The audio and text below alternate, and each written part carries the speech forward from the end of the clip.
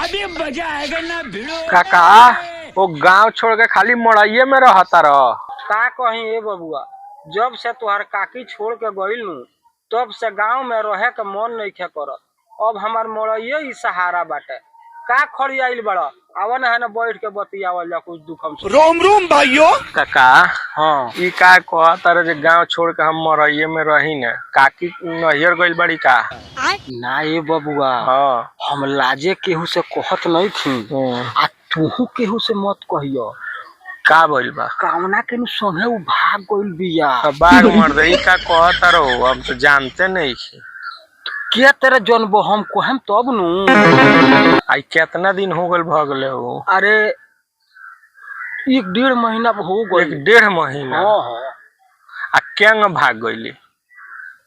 कहत रहे एगो मोबाइल किने के। हाँ टघराए वाला मोबाइलवा नहीं थे। हाँ बड़का रीलवा देखे। हाँ कोई दिन से वही के बारे में झगड़ा होत रहे। तो हम का कहनी हो धुसिया पे खेतवा नहीं खे, ओकरे के 10,000 में बांधा रखनी आ जाके मोबाइल किन के लिए और उ लागल रात दिन टघरावे हैंगे देखे टघरावते आ देखते देखते ये बबुआ कामना के सोहे राते राती भाग गई। तब से हमार जिंदगी बर्बाद चल रहल बा। अच्छा हम कहता नहीं जे गइल बड़ी मामा यहाँ? ना ना ना ये बबुआ। सुनो ना एगो बात कह ना। कहता नहीं हाँ जे को घरी है मड़ई में गांव छोड़ के आके सुतब। हाँ हाँ हाँ उहे कहत रहनी जे बियाह करब। हाँ ये बबुआ बियाह तो हम करे।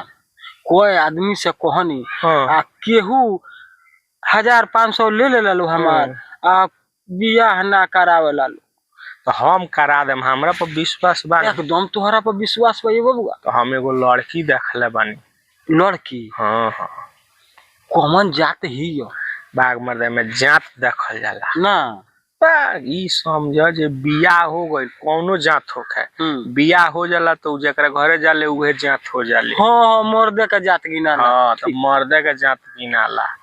कैसन बिया सावर की गोर? सावर गोर कहत रह। ओकरा दूगो लइको बाड़स।